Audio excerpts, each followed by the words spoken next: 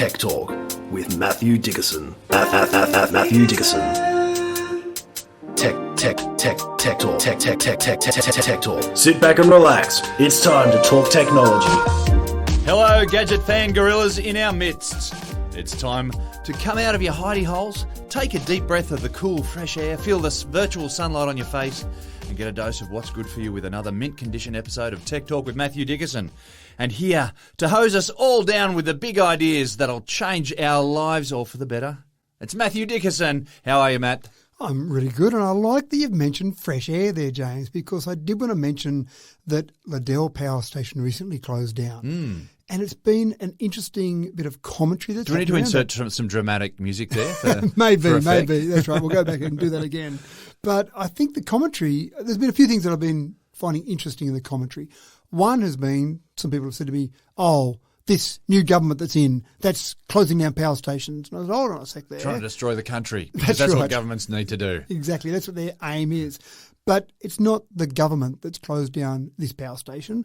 Liddell Power Station was owned by a private company, and the private company looked at that and said, gee, we've got a pretty old power station, about 52 years old or thereabouts. Which was older than its use-by date, apparently. Absolutely older than its use-by date. And in fact, if you look across the world, there's less than 1% of currently running coal-fired power stations that are of the age that Liddell was or older. So you're getting to the stage where the company said, we need to do something about this. This is too old. Either need to get a new Zimmer frame for it, or that's right. Just put it out to pasture. Put it out to pasture, pull the thing down, and go and look at other ways to generate energy. Now, they'll still need to provide energy. They've still got a business to run. They've still got to be providing energy. They've been slowly scaling back the amount of energy this has been providing to the grid. So when they flicked off the power switch on one Friday morning not long ago, we didn't notice our lights went out. In fact, we're still sitting here now with the lights on in the room we're sitting in. It's a fascinating thing. Okay. Yeah. So they've been gearing up for this, obviously. At some point in time, they knew it was going to happen. But they had a choice. They could go and build another coal-fired power station, or they could say, let's move into the new world, the new economy, the new ways of generating power. But even to build a new coal-fired easy for me to say, coal-fired power station, it still takes about 25 years to build one of those things, I think. It's something enormous and long. Hey, I don't know if it's 25 years. Yeah, no, that sounds way too long. Sorry, it was about 10 years or something. I don't know. You don't duck into IKEA and grab a few parts and tomorrow you put it together. It's certainly a process to build one. Even to deconstruct this existing power station is going to take them a couple of years. So that site, which they're talking about using other things at that site, because they've got all the electricity infrastructure at that site and substation, etc., they're going to do things like put batteries in there, maybe put some firming power, maybe using some hydrogen for some firming power there, but that'll be used for something else. But they can't do that tomorrow. They need to take away all the things and recycle. The amount of metal, the amount of steel that's at that site, just pulling all that out and recycling that. There's a lot of money still tied up in the power station. It's done its job. Thank you very much, Liddell. There were some people interviewed that I heard that had worked there for decades. Some people had worked there their whole working life, and they referred to her as the old girl, and some of the generators as some of the kids of the old girl there. So, well, if it's done, 52 years, so it's late 60s that it was built. 71, I think it was first turned on, so late 60s would have been built. So, it's been there for a while. So the tech then went into building that thing. And that's the point, isn't it? That the tech's moved on. Even if you're going to build another coal-fired power station, then you'd use different tech to what's there now. But it certainly is different, but it also says to the world that, yes, these are closing down and it's okay. We've got other solutions that are coming, and we're going to talk about today a potential other solution that will help in that whole renewable energy paradigm shift. Yes, well, looking forward to that, folks. Now, are you ready for the future? Our first story addresses a moment eagerly anticipated even, by every sci-fi fan and tech dreamer since the 50s, or maybe even earlier. Flying cars are here, people, and they are affordable. So cue the confetti cannons, pop the corks, bring on the superhighways of the sky. I won't waste your time with any further intro to this one. Matt, I'm calling this a flying car. Is that being a little over-enthusiastic? Car-ish, Yeah, car-ish. I noticed in your notes here you've mentioned Formula One, so it looks a bit like a Formula One car. It looks like the cage of a Formula One car combined with a drone. So it's called the Jetson 1. You can go out and purchase one now if you're in America. I love that it's called the Jetson one too. Exactly by the right. way. Presumably that means homage to the Hanna-Barbera cartoon. Yeah? Correct, and presumably that means there'll be a Hannah 2. Sorry, not a Hannah 2, a Jetson 2 and a Jetson 3, etc. So it does look like the roll cage, if you like, of a Formula 1 car doesn't have a roll cage, but take a V8 supercar, the roll cage of that, built like a Formula 1 car to protect the passenger, and then put some extended arms out at each corner, put 2 propellers on each one, and you've got yourself a flying car-ish. So they do call it a flying car. But the great part is it's designed to be a personal commuting device. Yeah. Means that you get in, only holds one person, you can fly it with no pilot's license. Now, this is in America. Now, this is amazing because when I think about it, in driving a car, you've only really got to worry about, having your accident on one plane. That's right. I want to say plane, one level. So, but if you're in the air, things happen in 3D. They do happen in 3D because it comes under the ultralight vehicle classification in America under the FAA rules, then you don't need a pilot's license. Now, I don't know what will happen in Australia when it comes to here, but at the moment, so you can go buy one in America, only $98,000, US $98,000, whack a deposit on tomorrow for $8,000 and you've got your secured or you've got your spot in the lineup secured. They've actually got hundreds of pre-orders, so people are ordering these, right. so they're ready to go with them. So reinforce your rooftops, folks. Exactly right, because you'll see them flying overhead. Now, it's only designed to fly short hops. It only flies for about 20 minutes. So at the speed it does, about 102 kilometres an hour maximum that's speed. Still a decent distance. It is. You're going to get maybe 30-odd kilometres out of it. But that's what it's designed for. It's not designed to jump in at Sydney and fly to Melbourne. It's designed to jump in your house in a suburb in Sydney and fly to the office in the centre of Sydney. It's designed for those short hops. Landing might be an issue. At this stage, though, it's designed for a bit of fun. It's going to be designed rather for that than short... less practicality? Possibly, but I think it's really the ultimate aim is those short commutes. The problem is going to be where to land it because you need somewhere to land it, obviously. And it's got some pretty good safety features, which is why I'm assuming they're not saying you need to do any extensive training. They say, this is the manufacturer, a few minutes training on the joystick and you're right to go. And so you think, I'm going to be up there in the air. So the sort of autopilot tech it's got has got to be pretty impressive then. Well, it does have LiDAR. Of course, it has GPS built in. If you're landing it, you can basically let it land itself. So you don't have to be fantastically accurate with controls like a lunar lander or something. You can just go land and it will land automatically using its LiDAR and GPS to know exactly where it is. The one feature that I really like about it, you've got to be higher than 20 metres to use it, but it does have a ballistic parachute. And it's not like a jet that you might see the Air Force flying where, oh no, I'm in trouble, hit the eject button and you go out through the top of the jet and the jet crashes. This parachute comes out of the back of it and the whole device floats down to the ground, about 20 metres. You need to be 20 metres above the ground for it to work. So 10 metres above the ground, which would still hurt if you collapse from 10 metres above the ground. There's not enough time for the parachute to actually be activated and slow you down. Keep that in mind when you're flying. So I'd be always flying above 20 metres until I was going to land. I am assuming that you get lots of warnings about the battery going flat because it's obviously electric, and that would be the main risk I would see, that you're flying along happily, battery going flat. Oh, I'll risk it. I'm almost there. Still going flat. It'll be right. I'll make it. Oh, whoops. I ran out of battery power and I'm still 20 metres above the ground. Thank goodness for my parachute. So my mind's headed to all the problems that are going to occur here. Does it detect kids flying kites?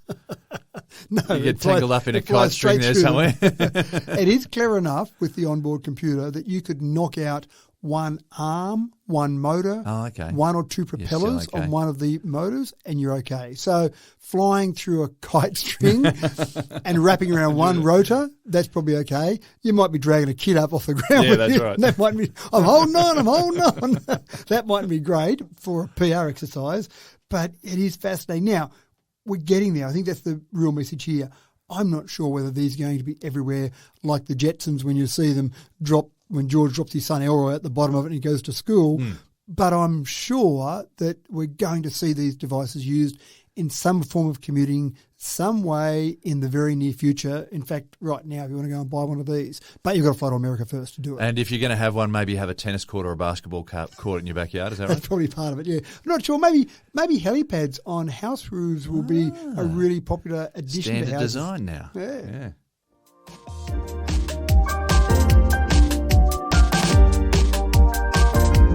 Let's talk about weddings of the future now. Traditional nuptials are getting futuristic twists with a few tech options thrown into the mix at the altar.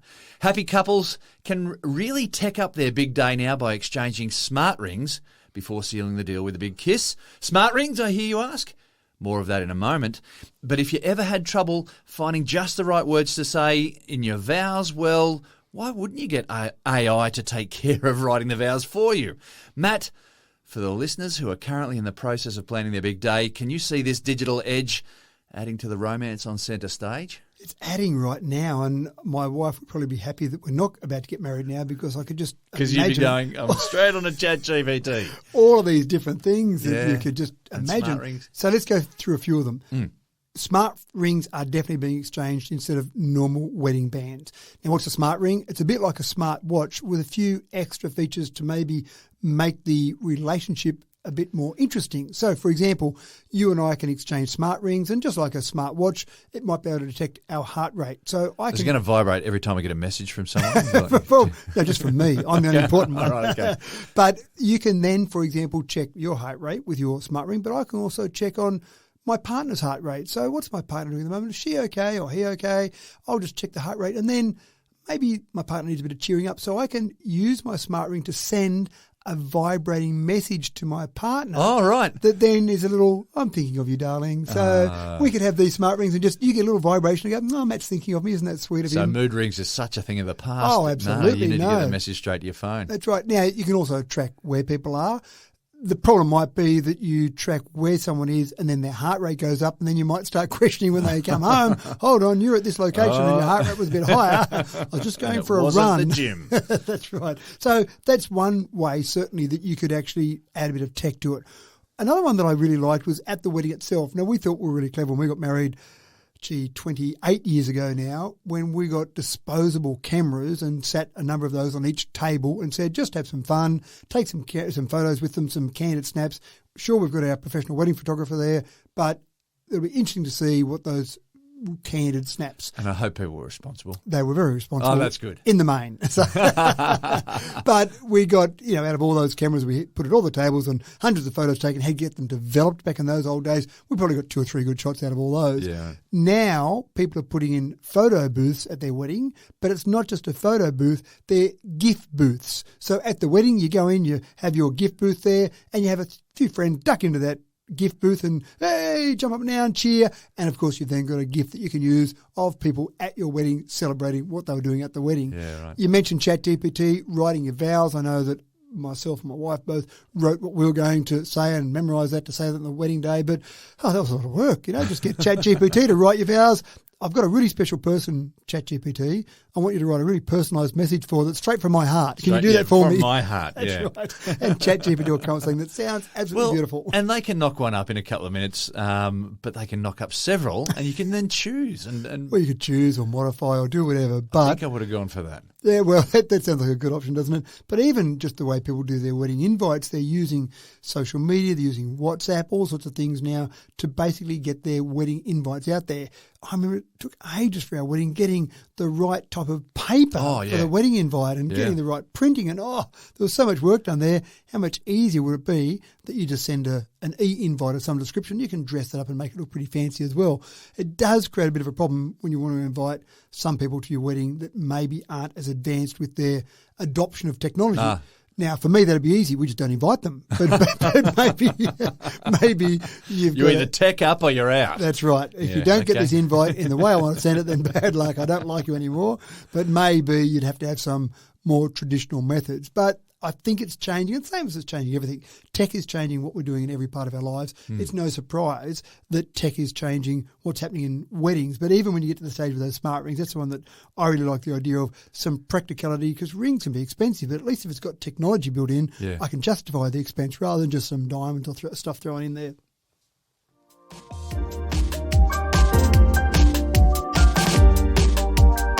So where do you get your DVDs from, folks? Probably nowhere if you're like me. I reckon the last time we bought a DVD was about a decade ago, but apparently people are still doing it. And even more surprisingly to me, there are still people in the world who have been getting their Netflix in DVD format. Well, Netflix are finally pulling the pin on their DVD service. And I guess that one guy left is going to have to find another way to get his movies. Matt, I hope the good people at Netflix were able to notify their customer with a nicely worded fax, or do you think maybe a cold phone message left on their analog answering machine? Maybe a carrier pigeon, maybe get across some smoke signals or something. But they have given that one person some notice. You've got till September this year to get all the movies that you could possibly want. Getting your DVDs. Now, many people aren't aware that Netflix started out as a DVD for mail service. And that's me. There you go. And apparently the story goes, back around 97 or so, 1997, there was a story, now it may be an urban myth, but I love it anyway, where one of the founders of Netflix took back his video cassette rental to his local Blockbuster store. Apollo 13 goes the myth. And he said, here's my video return. Well, so you've had that for too long. Here's a $30 late fee for that. And he was horrified by this. And that's when he came up with the idea of, well, wouldn't it be easier if people could get their videos back? Because it's always a hassle taking the video back. For many of our listeners, they won't understand the pressure that was put on you to get your video back on time to avoid the late fee. It was always bad. Particularly when you had kids and they'd hide them in the cushions of the couch. That's right. You'd go back to rent another movie and they'd say, sure, sir, that'll be $3,000 because you haven't returned one from last year. So this particular gentleman said, well, maybe we could do it better than that. But it was all a bit clumsy with video cassettes because they were a bit easy to break. They were fairly large to send through the post. And when DVDs came out, that was the trigger to start their whole business model. So in 1998, they started March 1998. The first DVD was shipped out. Beetlejuice was the very first one they shipped out. Classic. Exactly. And so this is the whole DVD by mail service. Now, to their credit, they did not call it DVD by mail because they understood that would date it. It was Beta, then it was VHS, it was then DVD. What was next, we don't necessarily know, but it's not going to be DVD forever. So having DVD in the name didn't make sense. So they called it Netflix, and it was a home delivery DVD service. Fantastic. Great idea. Off you go and start running the whole business from there. A few years later, I don't know exactly when, but they did actually say, once they started to build up some deliveries, they did actually go to Blockbuster and say, hey, you seem to have a fairly good share of the market here with your video stores, or hundreds across the nation, in fact, across the world. Why don't you buy us? And you can still hear, if you just listen very quietly, you can still just hear the management of Blockbuster laughing at Netflix, at this little piddly mail order DVD delivery service about we're going to live forever. About the idea of us paying $1 for your business. Yeah, you are right. dreaming. Of course, history says that Blockbuster eventually went broke when people stopped visiting stores, and Netflix now has approximately, at last count, about 232.5 million subscribers across the world. So they have made the announcement that, yes, we're cutting out the DVD delivery service. In September this year, as I mentioned before, they've delivered in that time 5.2 billion DVDs.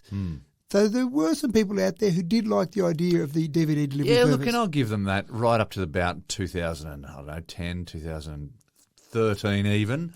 But once streaming really started to happen. That's right. And then that's where they were clever enough to look to the future and say, there's this other thing happening, streaming, so let's get in on that. And obviously all those subscribers across the world are streaming, or most of those are streaming subscribers. Were they the first? Were they the front runners in streaming? I don't know that I could tell you definitively they're the first, but they're certainly at the forefront. They were prominent, yeah. And that's right. And they already had a good name because they were out delivering DVDs, and they already had a customer base, and they were already established. And now this was just another way of delivering movies to people. So their whole business model is, how do we get content to people? Well, at this stage, we deliver content via DVD mail. Tomorrow, it'll be delivering via the internet. The next day, who knows what will happen with there. The other one that I did like, just a bit of a blast from the past, I'm not sure if you can remember the days that people were trying different models about video cassette rentals. So you did go down to the local video store and look through them all. And, of course, the one that you wanted was always already hired out because someone else had been there before you. But do you remember when someone came up with the idea of driving around the Video Easy van? there'd actually be a van full of video cassettes, and they'd drive. So you'd ring up an order. Yeah. The van would come to your place. You'd get in. You'd look around in there and try and find. We never did that, but I always wondered about that. Yeah, right. No, yeah. I thought it was a really interesting idea. Obviously, the number of titles they had was dramatically reduced because it was one van rather than Get a whole Jaws and store. Star Wars, that's for sure. You get the popular ones, that was all that mattered, and they'd come to your store. So they obviously saw the problem as well in returning back to the store and getting a fine. So they would come and deliver it to your house, and then they'd come back 2 days later, whatever the time frame was, and pick it up from your house. So it made it very easy, but it was still driving a vehicle around, whereas now Netflix does it via the internet, which is a bit easier for all of that. So back in those days, we used to plan as well. Oh, it's Friday night, so let's get a video, and that was so you'd watch it that Friday night. You'd then hold on to it for another week or so, That's right. and or more, and pay the fine. But So you were the one who planned that always had the good titles, and I went down to get them, and they weren't there then. So it is interesting. It's the end of an era for those DVD deliveries. There you go.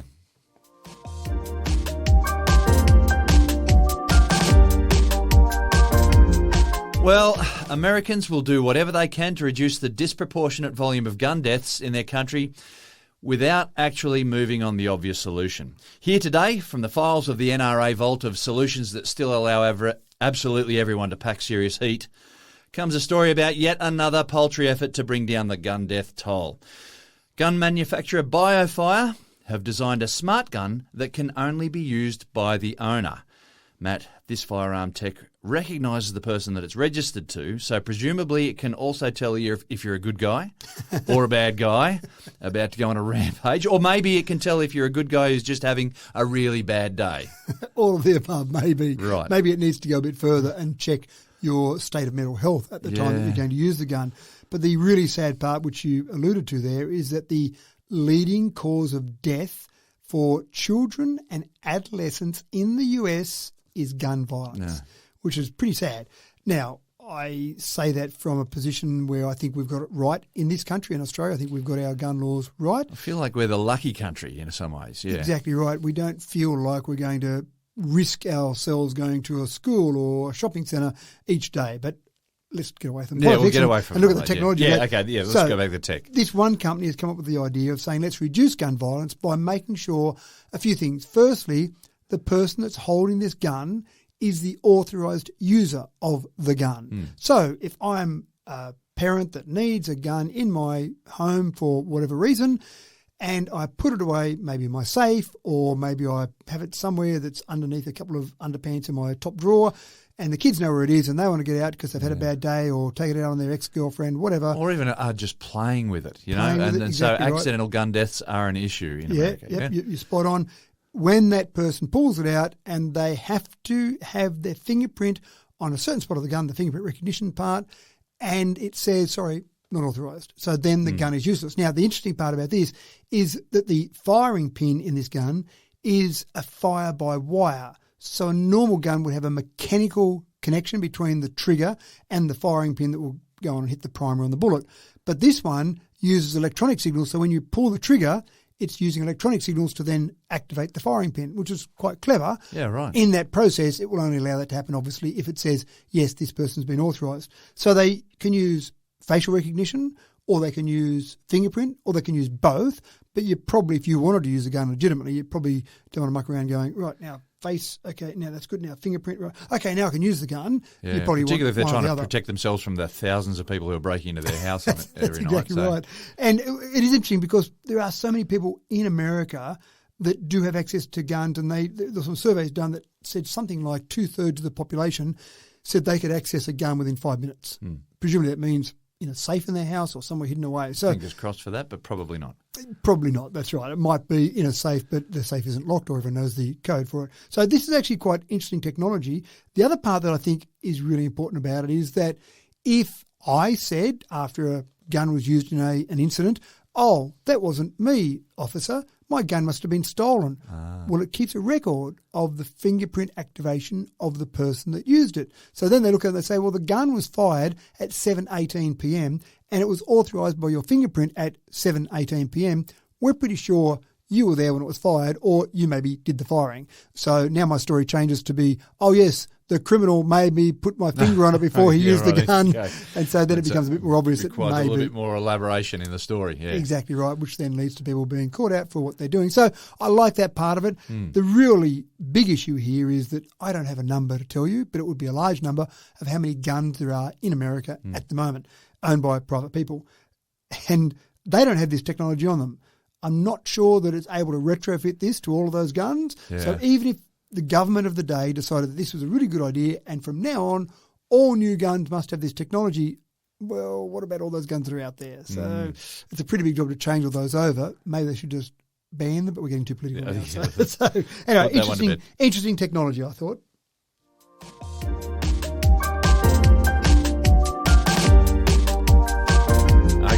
To some sanity now, and here's some tech to get the adrenaline pumping without fear of seriously endangering life. Queensland has recently hosted a Grand Prix event for remote control cars, and these were all powered by hydrogen.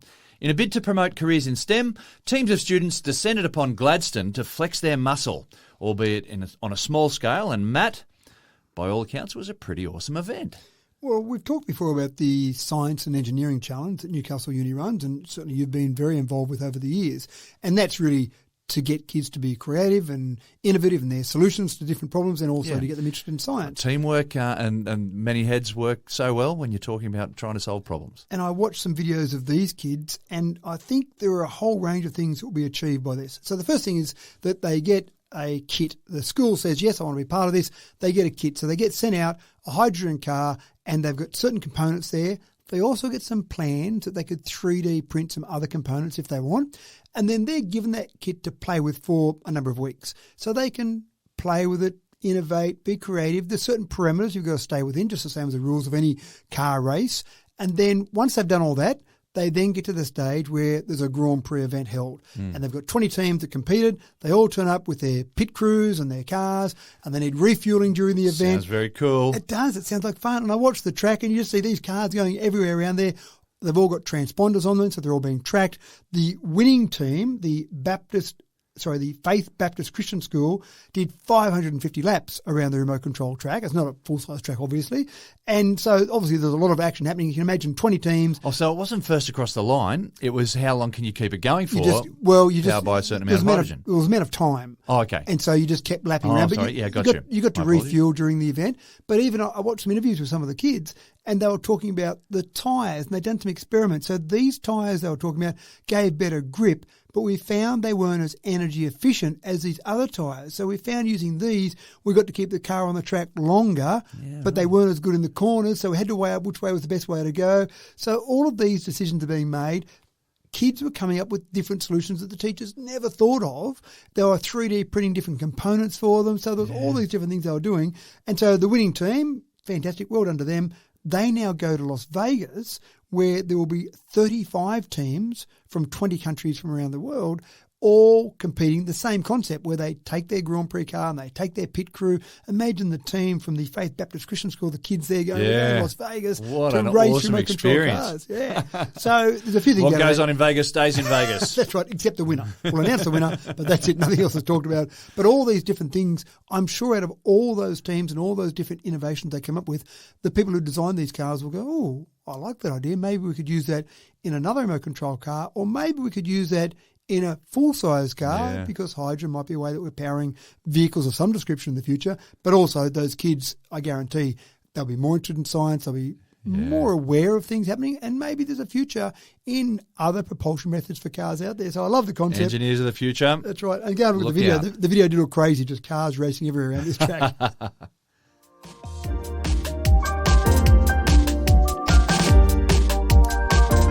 Talked about it earlier, but with the Liddell Power Station in the Hunter Valley recently shutting down, a genuine fear has set in about how New South Wales will keep the lights on consistently over the coming years.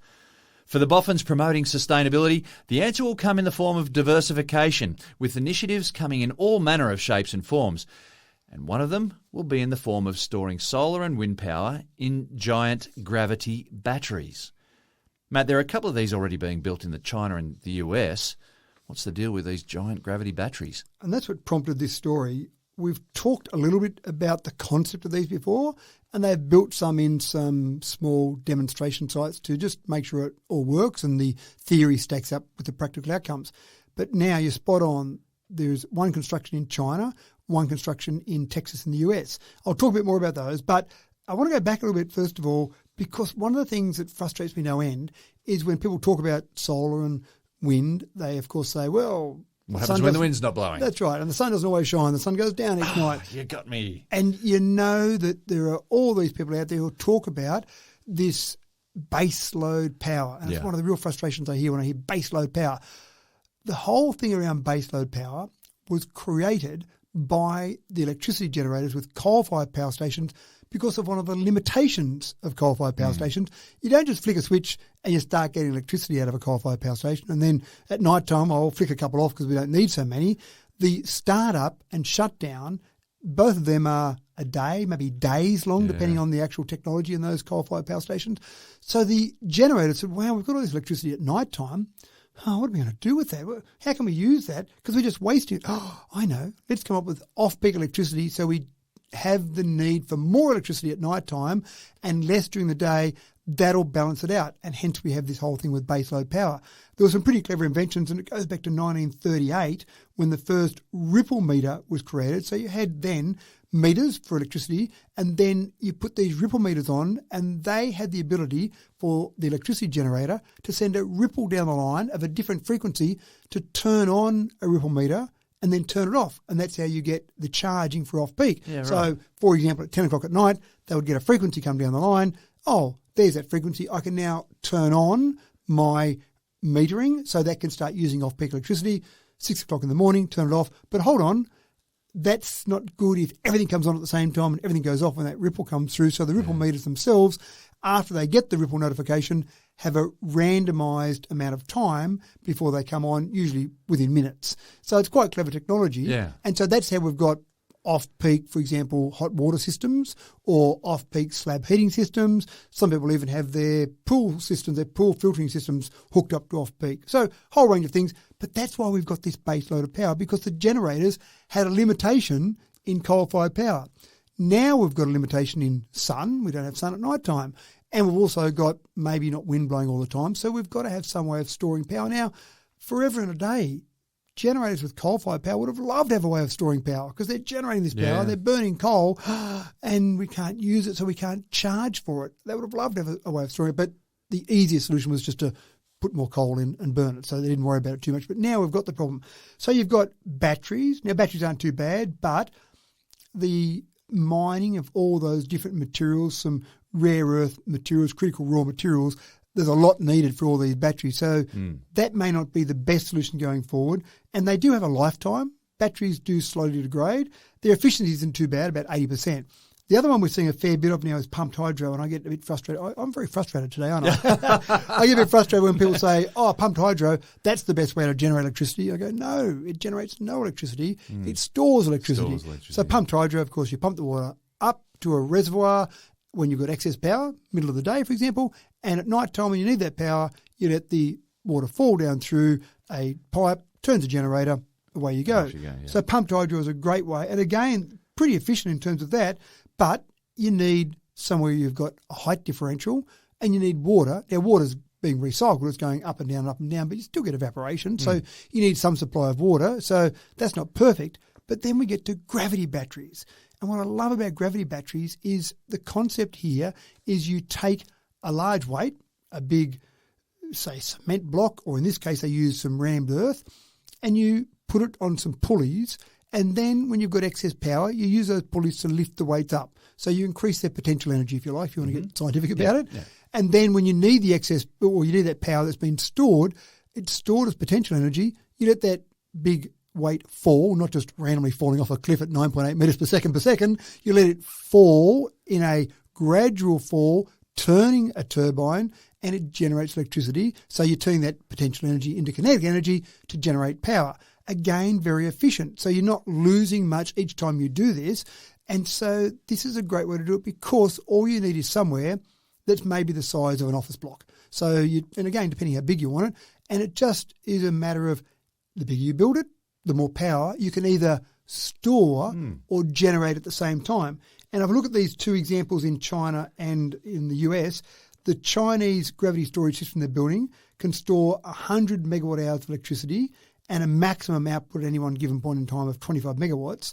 The US one is smaller in storage, 36 megawatt hours, but its output is similar in terms of 18 megawatts. And with this, it's kind of an equation you can do about how wide you make the gravity storage device, the whole building, or how long you make it. So the wider you make it, the more pulleys you can put up. So that means the more output of power you can have at any given point in time, the more instantaneous power. The longer you do it, you can store more of the weights. So therefore, you've got more battery storage capabilities. This is amazing. But sorry, did you already say how we get the weights up high? So when you've got the excess electricity. So when you're right, okay, sorry. middle of the day, you've got solar power, go, wow, we've got too much now.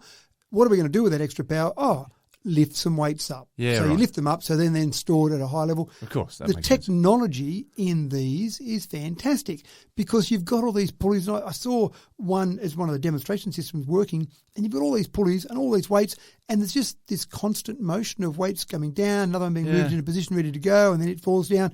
1.9 metres per second they fall. So obviously the higher you can make the building, the better, within reason, but you just need to find an office block somewhere to build it. And in terms of raw materials, they make the weights, and these examples that are being built, they're 24 tonnes each, is the mass of each of those, being strictly correct. That's not the weight, it's the mass of each of those. Yeah. And it's just highly compressed dirt, as I mentioned before. So it's not using up all of these fantastic raw materials. They compress the dirt. They probably put some sort of setting compound in there as well. But it's just these weights. So clever. It is, isn't it? And so this, in terms of a battery, is fantastic. So now we might have pumped hydro. If you happen to have water nearby and some change in elevation, sure, use pumped hydro. It makes sense. You might have some chemical batteries somewhere, but gravity batteries, they can be constructed out in the middle of nowhere. They can be constructed next to a wind farm, next to a solar farm, so they can have some sort of even out of the power delivery. You can put them in an office block. You can put them in the middle of a city if you like. So anywhere you want to build this, you can have it. And silent. It's silent. I can't see a lot of noise being generated by the pulleys and the turbines. I can't see a big smoke plume coming out the top of it like a coal-fired power station. So, yeah, silent. I mean, I love the concept. This will be really important, though. These two that are being built will be important just to see how much it costs to build, how efficiently does it work. I really can't see them having a short lifetime. A chemical battery's got a fairly set lifetime. You're wearing out components as they lift them up and down, so you make sure your bearings are being maintained. But apart from that, it's not your wearing lines out. are all intact and strong. Yeah, but yeah. And the other really important part is if I store energy in a battery, a chemical battery, then I walk away and leave it and I come back 6 months later and it's not at 100%. I've lost a little bit, so I do get a little bit of leakage. If I store energy in pumped hydro and walk away for 6 months, I come back and the top dam might be half full because that damn sun and evaporation took some of that water away. But if I put these weights at a higher level of potential energy and I walk away for 6 months and I come back, I've still got all my potential energy. They haven't fallen a bit. They haven't lost some of their mass. They're all there waiting to go. When you need me, I'm here, whenever you like. So I've got unlimited time frame of storage. I've got a device that's got a long time frame to keep operating, surely, and it's a very efficient way of storing it, and I can build it anywhere. So what you're saying is the solution to this energy crisis is initiative.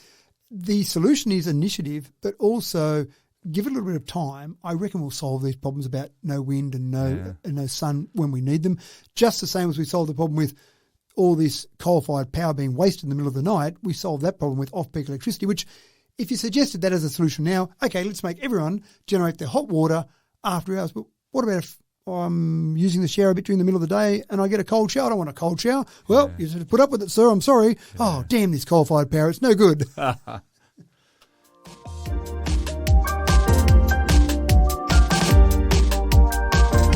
One topic that's come up a bit here at Tech Talk is that of electric planes. We've talked about some of the problems in supplying enough energy in a battery to keep the propellers spinning for long enough to move people long distances. Part of the solution, at least, is likely to come down to the propeller design. Students of junior science will tell you that energy cannot be destroyed, but only converted or transferred. So if a propeller is making too much noise, then energy is lost to the environment in an unusable form. Reduce that energy loss and you've more energy for propulsion. Matt is here today to herald the era of the quiet propeller. Well, I actually think it goes back a long time when planes were being built back in the early 1900s with propellers, and they started to do some development on those propellers, and then some genius came along with the jet engine. And everyone said, well, forget about propellers. We'll just go and build everything with jet engine. So I actually think they didn't develop propellers anywhere near to the level that they could have been developed at because of jet engines. Yeah. Now we're at the point where it's probably going to be easier for the short-haul flights that we talk about with electric planes, maybe 1 hour, 1.5 hour, those type of flights, to have just an electric motor. In fact, there are some, not manufacturers, there are some airplane companies already at the moment that are looking at their planes and saying, let's just try taking out those good old turboprop engines and putting in electric motor. Done. Oh, that was pretty simple, wasn't it? So in doing that, now there's some serious research being done on the propellers. How many propellers is the right amount? Now, we've got a bit of an idea about that around thrust, but we haven't got much of an idea around noise. So there are all these experiments being done, and Chalmers University is really leading the way. This is out of Sweden, really leading the way in trying to get all of these parameters modified and come up with a solution. Because, again, think of the wind tunnel, the engineering, the computing power we've got now compared to back in the early 1900s. So surely we can develop a propeller that's much better than they could have developed 100 years ago with all of this technology. And that's what they're doing. They're saying, let's throw a lot of technology, let's throw a lot of research at this problem. So the exact length, the exact pitch, the exact width of the propeller, the number, the 6 or 3, what's the best number of actual blades on that propeller, and the tip vortices is one of the really interesting parts because that's where a lot of the noise is produced. Now, you remember years ago we used to fly in planes that had wings that were just straight at the end. And then someone came up with the idea of just putting a bend on the end of a wing, and the savings in fuel were quite incredible. The savings in or the ability for that plane to work more efficiently. Suddenly every plane had a bent wingtip. Aerodynamics is amazing. It is a very complicated area, isn't it? But some of these researchers have said, we've talked about the idea of bending the end of a propeller. If it works on the end of a wing for a plane, well, a propeller is kind of like a wing just spinning around very fast, so maybe that would work as well. So all these different experiments are occurring to see the most efficient and most noise-efficient propeller. So we will get to the stage where you won't have the major part of the noise coming from the engine, which is now when you're sitting on the tarmac in a propeller plane waiting to take off, you can hear the engine. You can probably hear a bit of propeller, and then when you're flying, it's a bit of wind noise and propeller and engine all mixed together. You take that engine out, and then you start to have the point where you need to have this propeller quieter. And I see the same thing happening with electric cars, where there are so many things being done. You buy EVs now that have got double glazed windows, for example. You've got tyres in some of these EVs that have got foam in the middle of the tyre to try and reduce that road noise, because you don't have this big thumping engine making all this noise, so you're trying to work out where else you can reduce the noise, and that's exactly what they're doing at Chalmers. They're saying, how do we work out how to make these propellers quieter? Because people are going to notice noisy propellers once you start putting electric motors in. Sounds fascinating.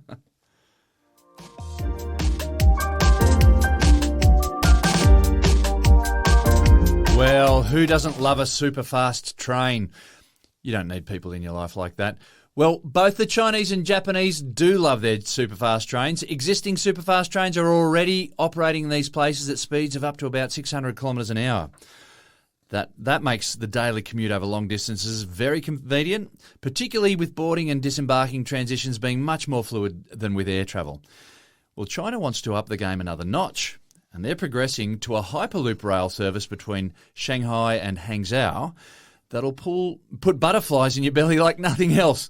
Matt, when this 200-kilometre project finishes, commuters will be able to duck home for lunch each day. It does sound incredible, doesn't it? And 600 kilometres an hour? Yeah, I stop at you. That's right. They're talking about 990 kilometres an hour. Now, I'm not sure if Elon Musk is that impressed, because he's obviously got a Hyperloop system that he's been out there talking about and talking it up, and they've got a little test tunnel under Vegas. But when China decides to do something, they do something. It's just going to happen, isn't it? They don't say, let's do a little test one just underneath the city for a 2-minute commute. We'll go a full-scale first time. Correct. So they're going 175 kilometres between two cities in pretty much a straight line, and they say 990 kilometres an hour. Now, it doesn't go from 0 to 990 instantly because obviously you'd have all your passengers with a little bit of mush at the end of them. So you've got to get up to that speed. But if you could do it at that speed, you'd take about 10 minutes to do that commute. So you could duck home You're for probably lunch. still looking at about 15 minutes, though. You're probably to get it up to speed and then down to speed. Now, why don't they do this with bullet trains? What's the difference between a bullet train and Hyperloop? Well, the big difference is that in Hyperloop, it's underground, so that's great. You're not having to worry about any obstructions above ground, but it is in a depressurised tunnel. So you get the huge advantage of the reduction of air resistance. So that train that might use a certain amount of power to get to 400, 500, 600 kilometres an hour in a normal bullet train. And the noses on those things are like arrowheads. They're like, something next level. That's right, to try and slice through that air, but remove the air, and you've still got a maglev system, so you've still got that same sort of magnetic levitation system. So you haven't got the friction of wheels on tracks, and then you take away the air resistance. Now, we've talked about air resistance before. You double the speed, you quadruple the air resistance. So think about if, for example, you were going 100 kilometres an hour on a train cutting through the air, and then you took away the air, or go back the other way, sorry. If you went from 100 kilometres an hour to 400 kilometres an hour, which is a slow bullet train, then you are... So slow bullet train, you're increasing your air resistance by a factor of 16 because you're quadrupling when you double. You go 4 times the speed, 16 times the air resistance.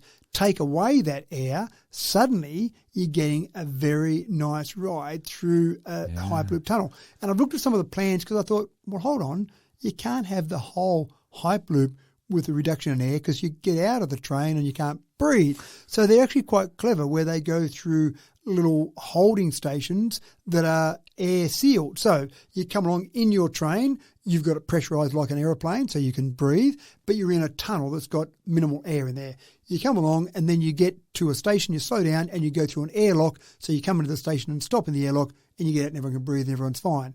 Go back to the next airlock. So it's quite clever in terms of that technology.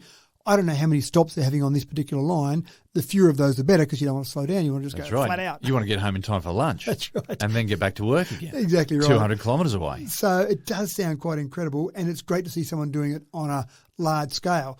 And I agree, absolutely, the efficiency of getting on a train compared to getting on a plane. You seem to have to get to a plane so early. Sometimes you spend longer in the airport through security, mucking around getting on the plane than the actual plane trip itself. Whereas trains, you can turn up a few minutes beforehand, walk on in, everything's fine, happy days, away you go. So it does make it more efficient for that. So I'd love to see this. I'd love to have a ride on one of these. I've been on bullet trains in China and in Japan, and it's just fascinating going at those speeds. Well, you probably wouldn't get the sensation of movement if it's underground as well. There's not a lot of things to look at the window, but yeah, just the fact that you know that you're 200 kilometres away and you got up at 7:30 to get to work at 8 o'clock. That's right. It does sound great, doesn't it?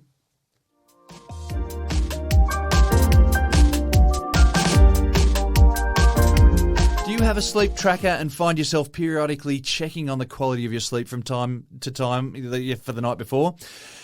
It's a bit of a thing these days. But how many times have you looked at your evening stats and thought, that cannot be right? I know there have been times when, personally, I've had a terrible night's sleep and I've gone to check up on just how bad things were last night. And my device has given me 2 thumbs up on a job well done. Matt, my smartwatch is gaslighting me. You may have, James, orthosomnia. This is a new... I definitely have it. I don't even know what it is, but I feel like I've got it. Why not? Yeah, I'll have one of those, thanks. Orthosomnia is a new medical condition, and it describes anxiety driven by the pursuit of optimal sleep. And exactly... Trying to sleep too hard. Trying to sleep perfectly. So you get up in the morning and you look at your sleep tracker and you go, oh, no, I didn't get a perfect score. I didn't sleep the number of hours I wanted to. I had restless sleep for that. Oh, no, I'm really anxious and concerned about that. And then you go to bed that night and you're still anxious and concerned as to whether or not you can actually get your optimal sleep. And then the next day you find it wasn't quite right again. It may have been perfect, but the sleep tracking technology isn't perfect. Yeah. Or it may not have been perfect, but look, that's okay. Sometimes that happens. But apparently athletes are the main ones suffering from orthosomnia because in their training program now, a really important part of their training program is their sleep. So you go out there, you train, you do all your reps of whatever you're meant to be doing, but you need that sleep for your body to rest and rebuild those muscles and all the work that you've done to be put to ultimate use. So athletes are focusing on this sleep technology, but average Joe Blows, non-athletes like you and I are focusing on it as well. But this is a problem because the technology isn't perfect. And some examples that the clinicians gave, you could be laying in bed reading a book, which I'm not sure people do that anymore, but apparently some people still do that. Still happens. And sleep trackers might detect the lack of movement and the lowered heart rate as enough to be, oh, yep, you're asleep at the moment. You're not. Your body's not in full restful state, in particular your mind. And so you're actually laying there awake, but your sleep technology is going, oh, well done, you're getting an extra half an hour sleep or whatever it might be. So that might not give you an accurate message or accurate information.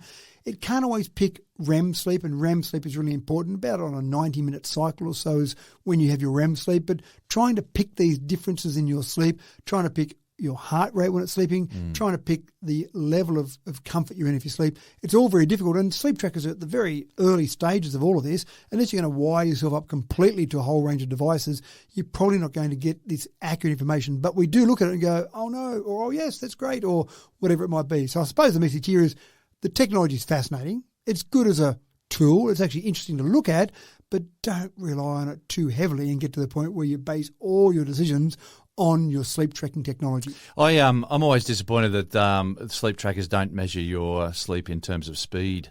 When you talk about being fast asleep, my university friends and I used to talk about how fast we were asleep, 120 kilometres an hour, or just a 60 kilometre hour sleep, that one. And so how did you improve the speed? If your speed wasn't good enough, how did you improve it? I don't know, but yeah, it wasn't about improving your sleep. It was about rating your sleep in kilometres per hour, how fast asleep you were. Anyway, on that note, folks, I can feel an uncontrollable urge to curl up on the couch and take a power nap. If you're listening to this podcast in the car and feeling just the same, then maybe think hard about the merits of pulling off the road first. Matt, thanks for another cracking tech talk. No offence about the sleepy time banter just now. That's all right. I just want to go and find now a DVD player. I just want to see if I've got one in the house to try and find a DVD to put it on. See if you've got any DVDs left. That's right. And then just remember that old technology. Okay, off I go to sail on the sea with Winkin', Blinkin' and Nod and dream the sweet dreams of super fast trains and super quiet planes and flying cars and such. And maybe, just maybe, I'll be able to give my smartwatch some data that doesn't have to lie to me about. Thanks for tuning in to another Tech Talk, folks. Tech Talk with Matthew Dickerson even. Streamed coast to coast and across the deep blue sea, courtesy of the miracle of the internet. I'm your host, James Eddy, and I'm delighted to present to you this tidy little podcast week to week. I hope you enjoy it just as much. Take care. Until next time.